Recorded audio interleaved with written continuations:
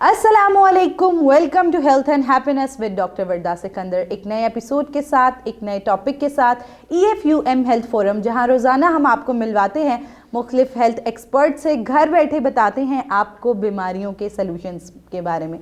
तो आज हम जिस टॉपिक पे बात करने जा रहे हैं, जहां जिक्र होता है एनर्जी कम होने का, मेटाबॉलिज्म जो है उसके अबनॉर्मल होने का, वज़न एकदम बढ़ने या कम होने का, तो वहाँ सबसे पहले हमारे माइंड में एक चीज़ आती है थायराइड।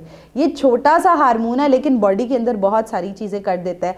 तो इस टॉपिक पे बात करने के लिए आज हमारे साथ doctor Zainul Abidin, expert nutritionist मौजूद हैं। आइए इनसे जानते हैं थायराइड क्या है, कितने किस्म का थायराइड होती है और ऐसी कौन सी डाइट्स हैं जो हम फॉलो करके थायराइड की प्रॉब्लम को जो है वो रिवर्स कर सकते हैं। Welcome to the show doctor Jain, how are you? I am good, how are you? Perfect. Doctor Jain, पहले तो हमें थोड़ा सा बताएं कि थायराइड और न्यूट्रिशन का आपस में क्या रोल है? देखिए, फूड का ताल्लुक आपके जिस्म के साथ इस तरह है कि जैसे आप समझें कि इसका गुजारा नहीं हमारे बगैर। हमारी बॉडी को कंट्रोल करते हैं हार्मोन्स और हमारी बॉडी को कंट्रोल करती है फूड। जब तक आपके फूड के अंदर मौजूद न्यूट्रिएंट्स हैं वो कंट्रोल नहीं करेंगे हार्मोन्स को, तो तब तक हमारी बॉडी से तरीके से रिस्पॉन्ड नहीं करेगी। एग्जैक्टली। अब बहुत सारी चीज़ें ऐसी हैं जिनकी हमें डायग्नोज ही नहीं होता कि हमें किस वजह से बीमारियाँ हो रही हैं।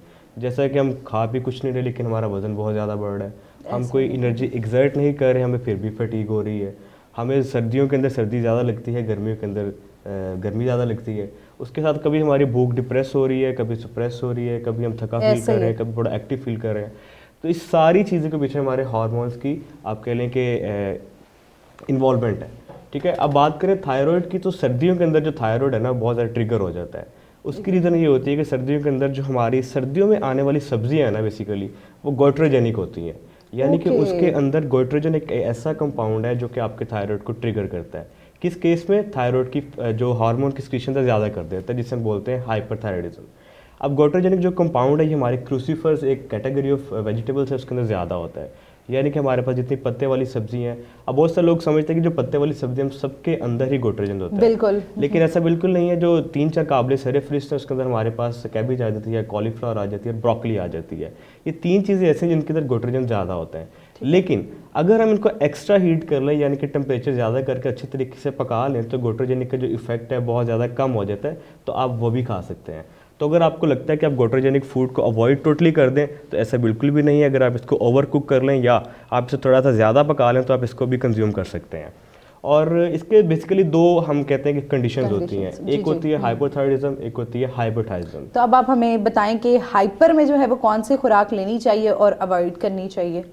वैसे नॉर्मल हमारी रूटीन के अंदर 2 कैटेगरी फूड होती है, एक होती है हेल्दी और एक होती है अनहेल्दी। लेकिन थायराइड के केस के अंदर हेल्दी अनहेल्दी का कॉन्सेप्ट नहीं होता। इस केस में हमें कोई चीज़ लिमिट करनी होती है, कोई चीज़ ज़्यादा करनी होती है। अब जैसे कि हमने गोइट्रोजेनिक फूड की बात की, अगर तो ओवर कुक कर लेते हैं तो वेल एंड गुड है, अदरवाइज आपने इसको लिमिट करना है, यानी कि कम से कम इस्तेमाल करना है।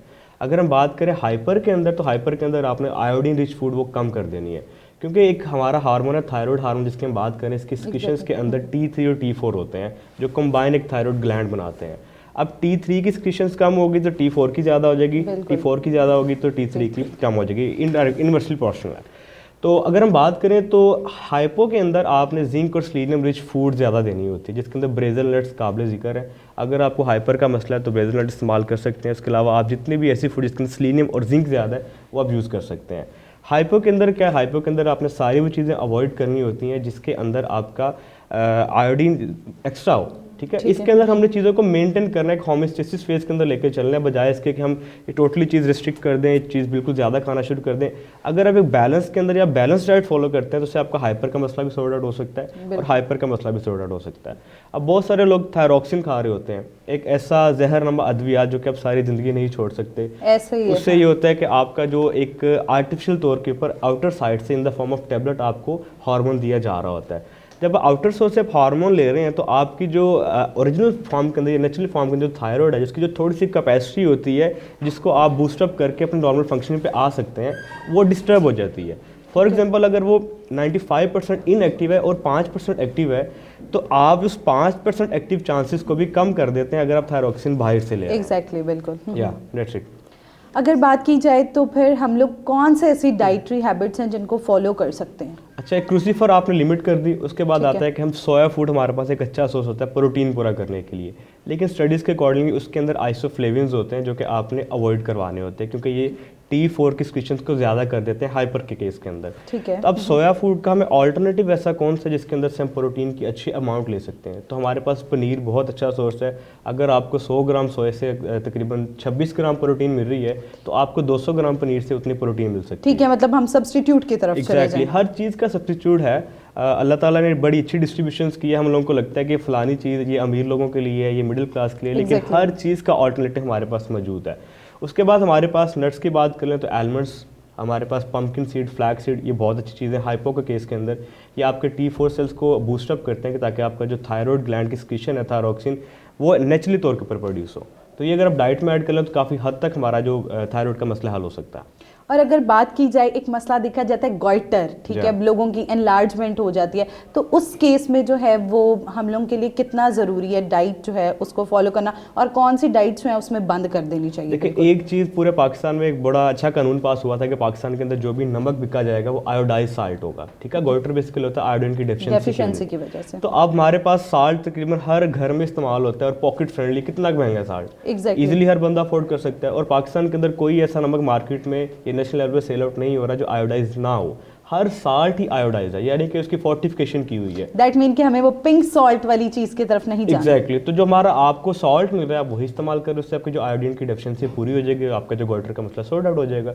बजाय इसके कि आप महंगी खुराक की तरफ जाएं, फलानी सब्जी स्पेशल परचेज करें, नमक हर घर में अवेलेबल, उसको इस्तेमाल करें, मसला हल हो जाएगा आपका।